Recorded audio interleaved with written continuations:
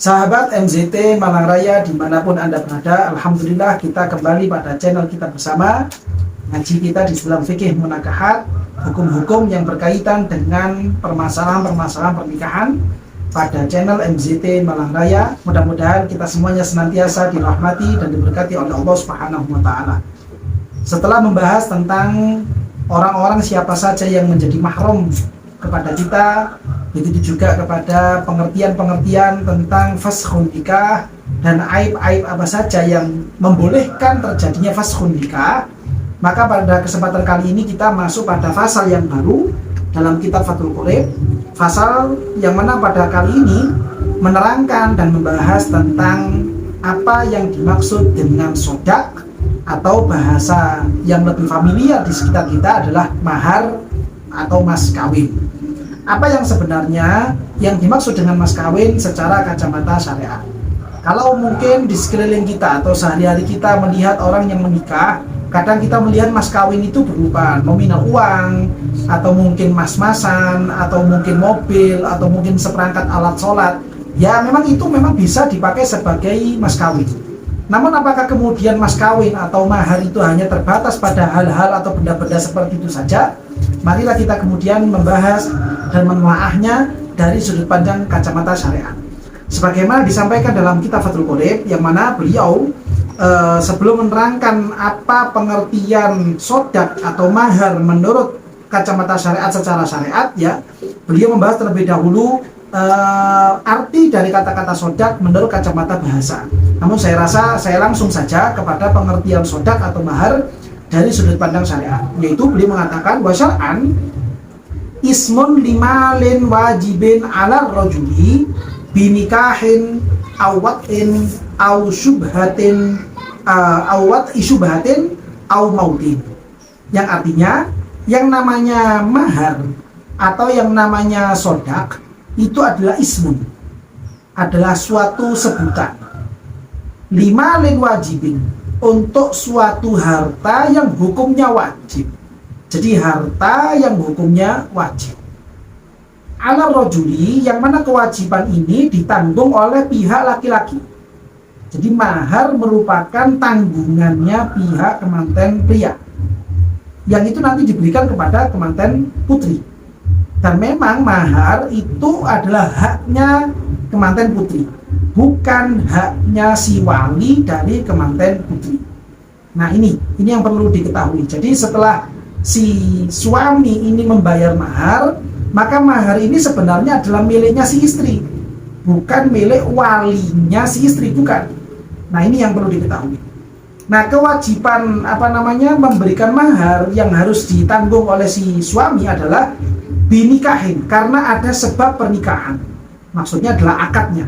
Ketika terjadi akdun nikah, maka si laki-laki wajib untuk memberikan mahar, wajib untuk memberikan mas kawin.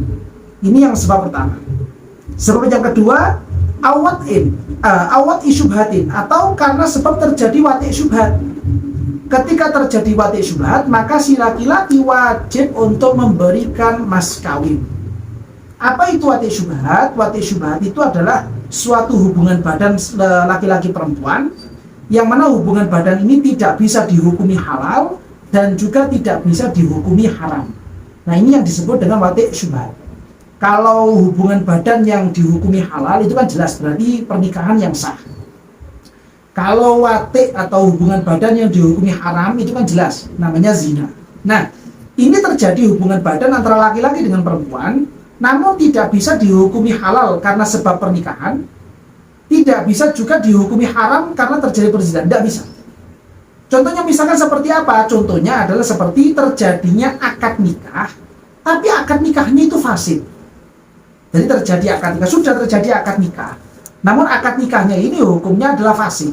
Fasid itu tidak sah.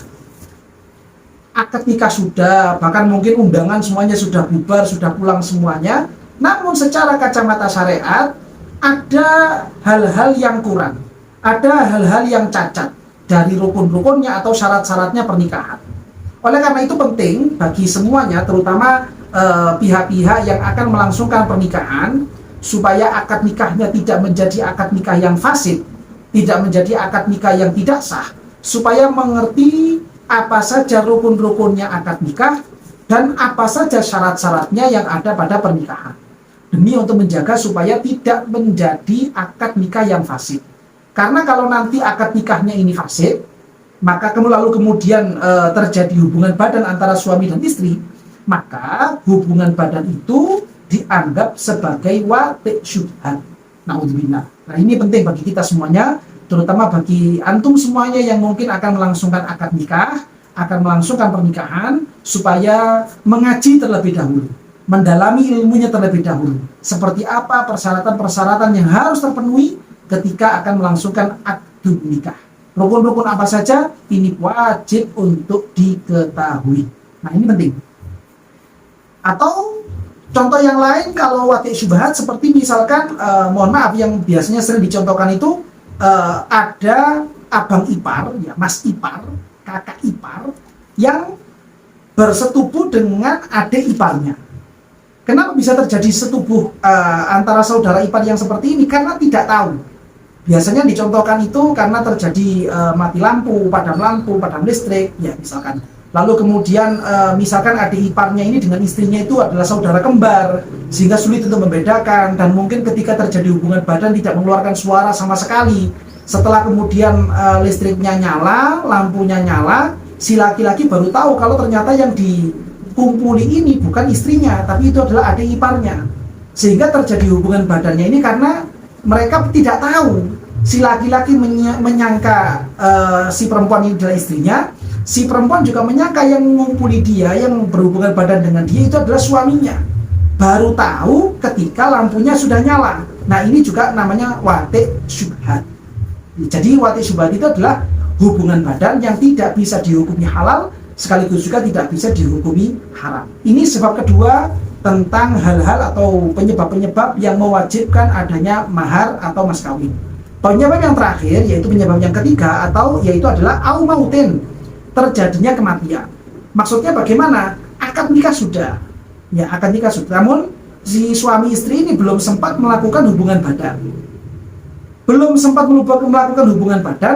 Salah satunya meninggal duluan, atau dua-duanya meninggal juga. Jadi kemantennya ini, entah si istrinya atau yang suaminya, sebelum mereka berdua melakukan hubungan badan, mereka meninggal dunia. Salah satu atau dua-duanya. Walaupun mereka semuanya ini sudah meninggal dunia, maka pihak laki-laki, yang dalam hal ini berarti kalau misalkan yang meninggal itu laki-laki, maka yang membayar itu adalah keluarganya, keluarga dari pihak laki-laki. Wajib untuk memberikan mas kawin kepada istrinya yang telah ditinggal mati. Ini penting.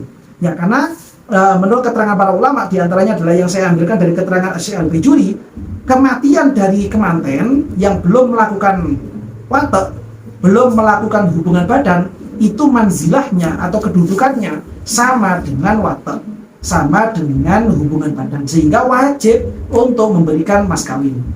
Inilah kiranya sekelumit keterangan yang bisa kami sampaikan pada kesempatan kali ini tentang sekelumit definisi tentang mas kawin. Nah, ada satu yang lupa saya sampaikan, bahwa keterangan yang tadi saya sampaikan bahwa mas kawin adalah malin wajibin, itu katanya Imam Bajuri, itu adalah yajri alal ghalib. Umumnya memang adalah harta. Namun secara hukum asli, hukum yang ada di dalam syariat kita versi mazhab Imam Syafi'i, mas kawin itu tidak harus berupa harta.